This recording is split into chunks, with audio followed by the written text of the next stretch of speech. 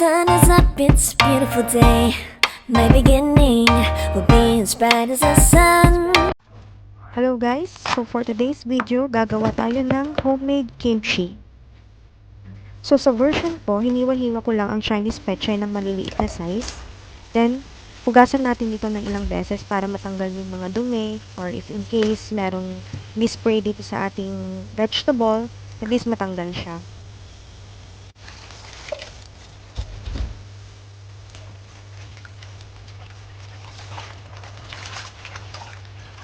So after natin itong mahugasan ng ilang beses guys, i-drain natin siya para matanggal ang excess water. And then, kailangan natin siyang ibabad sa salt. Kailangan lang natin siyang ibabad ng 1 oras. Pinaka-minimum na po yun. Pwede rin namang 2 hours to 3 hours.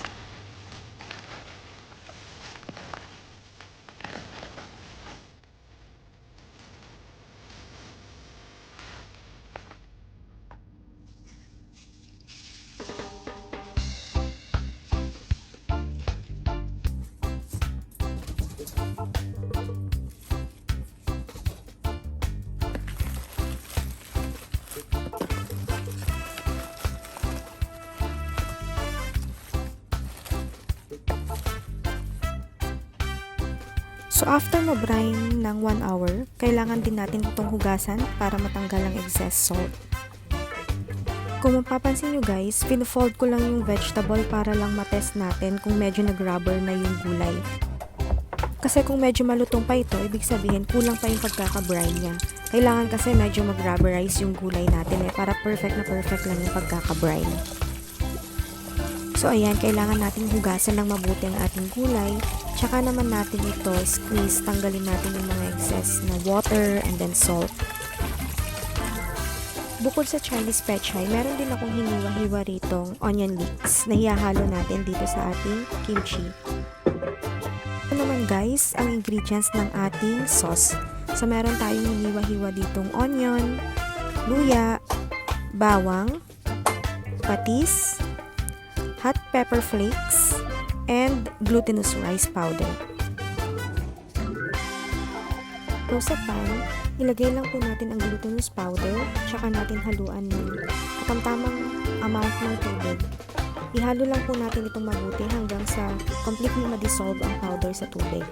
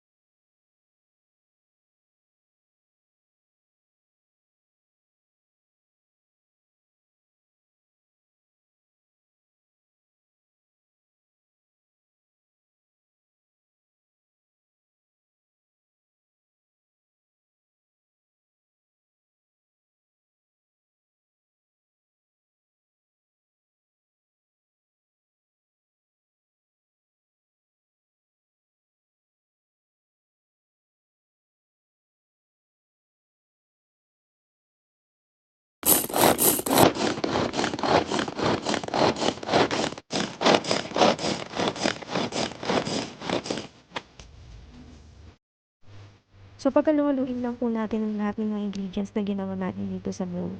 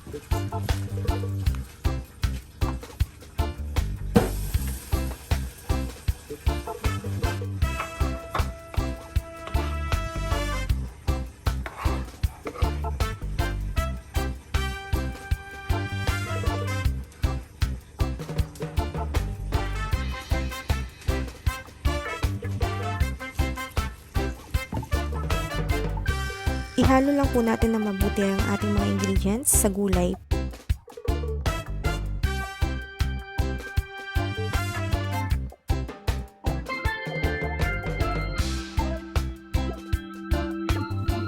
Kapag nahalo na ito ng mabuti guys, pwede na natin siyang ilagay sa ating empty glass bottle. Guys, tandaan na kailangan ilagay lang muna natin siya sa room temperature for at least 1 to 2 days bago natin siya ilagay sa ref. Ganun po yung perfect na pagkakaburo ng ating kimchi.